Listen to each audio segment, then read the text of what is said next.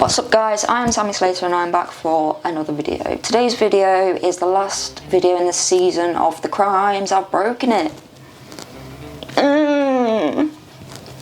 Sad now. Anyway, today is the last in the crime series, till I do another crime series, which will be later in the year, possibly, because I've got a few things I want to do closer, if you get me. So yeah, instead of going in depth in one crime, I'm going to give like an overview of the top 5 serial killers in the UK. Okay, so the first person I'm going to be talking about is a guy called Harold Shipman. He was born in January the 14th in 1946 and he actually became a GP. It's believed that he killed 260, and this was between the years of 1975 and 1998. Now, so he did something. I'm not sure what it was that he actually did, but the police got him on their radar and they did an inquiry on him, and it identified 218 victims. 80 of these were elderly and the others had like disabilities, mental health problems, stuff like that.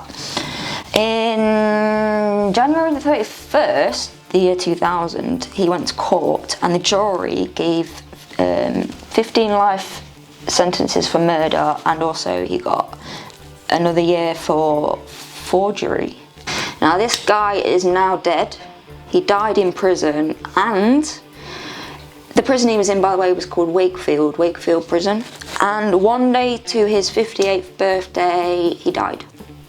Okay, so the next person I'm going to be talking about is a guy called Peter Sutcliffe. He's dubbed the Yorkshire Ripper. In 1970 in Yorkshire, he violently attacked and murdered all prostitutes. The reason he started targeting prostitutes was because he was ripped off with some money and from a prostitute and also from the pimp, and then that's why he started killing prostitutes. Over a 5-year period, this was between 1975 and 1980. He was actually found by police in a car because it had fake car number plate. So the next day they found some stuff in the boot, so the next day they raided his house. They found hammers, they found knives, they found rope, and he said it was God's wish, and because he said it was God's wish, he pleaded not guilty. Okay, so he was convicted of murdering 13 women and the attempt of killing 7. He's now serving 20 concurrent life sentences and he will never be released from jail. 1981, so there you go.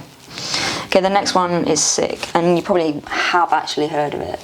The murder of Holly Wells and Jessica Chapman.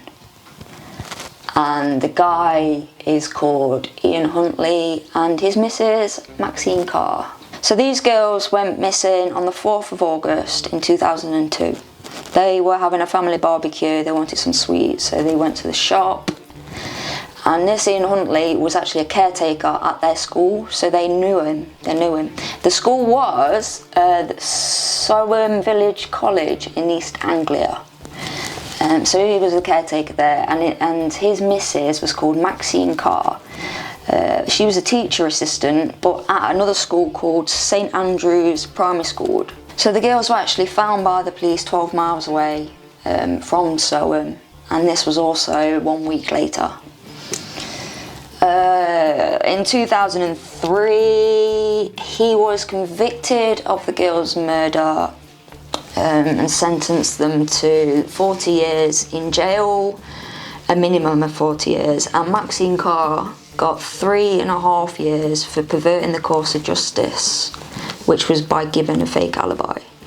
See, the weird thing about this is Ian Huntley was a caretaker, like I said. He actually, when they look back on his records, he had charges for sexual assault, and he also, petty burglary, like nicking, yeah. But to work at a school and be on the sex offenders register. Okay, so the next one I'm talking about is Jack the Ripper. Now this one's famous. You'd know this one if you know about Jack the Ripper. It's quite a good story actually, Jack the Ripper. Well, the location of his crimes were in Whitechapel district in London, and this was in 1888. Basically, he stalked poor women, homeless women, prostitutes, and he killed them, as you do. To do this, he cut their throats and he hacked the bodies. But the thing is, he would hack the bodies so much, they would become unrecognisable. When the police found out about him, there was an anonymous letter. I can't say that word. Anonymous. I really can't say that. I've never been able to say that word. Anonymous. But they don't actually know if it was from him because they never found him, which is really weird. And to this day, it's really unclear whether he could have done it because these bodies were wrecked. Absolutely wrecked. So they're thinking, how can one man do this? How? One man, how can he do this, really? So they actually think he had help, but they don't know who he was or anything. They've got no record of it whatsoever. The last one we're going to be talking about is sick. I'm talking about a woman called Beverly Allitt, also known as the Angel of Death. She was born 4th of October in 1968, and she was a paediatric nurse at Grantham in Keystone Hospital, Lincolnshire. Hospital in Lincolnshire, we'll go with that. Hospital in Lincolnshire. So basically she worked on the paediatrics, so she was looking after the babies. And she killed 4 babies and wounded 9.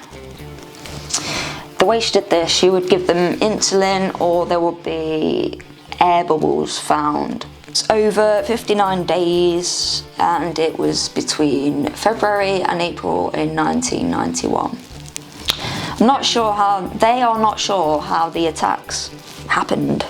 They don't know how she did it. But she was in court in May 1993. This was Nottingham County Court, and she was given 13 life sentences, and she's still in prison now and she's not allowed parole. Sick woman.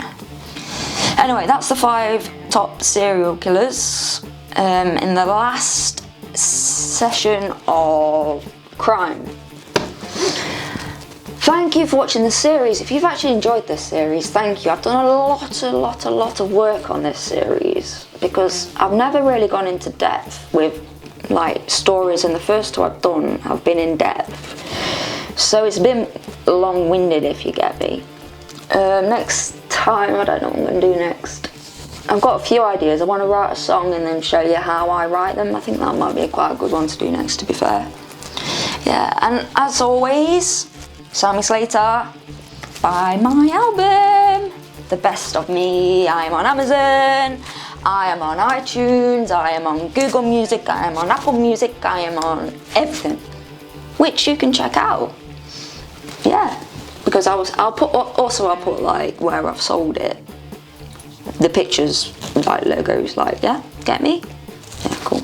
So anyway, yeah, thanks for watching this series, and thank you for watching the rest of the videos I've done. It means a lot, actually. It takes a lot for me to do stuff like this, because I've got like, you know what I mean? But I'm actually quite proud of myself, because I haven't done a video in a while, and I've done 4 in the last week. There you go, trying to get it back. So anyway, thank you for watching this video. As I said, get my album right now, Sammy Slater, and I will see you in the next one.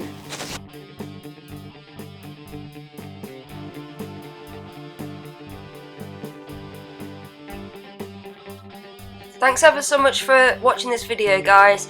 As always, like and subscribe, and I will see you in the next one.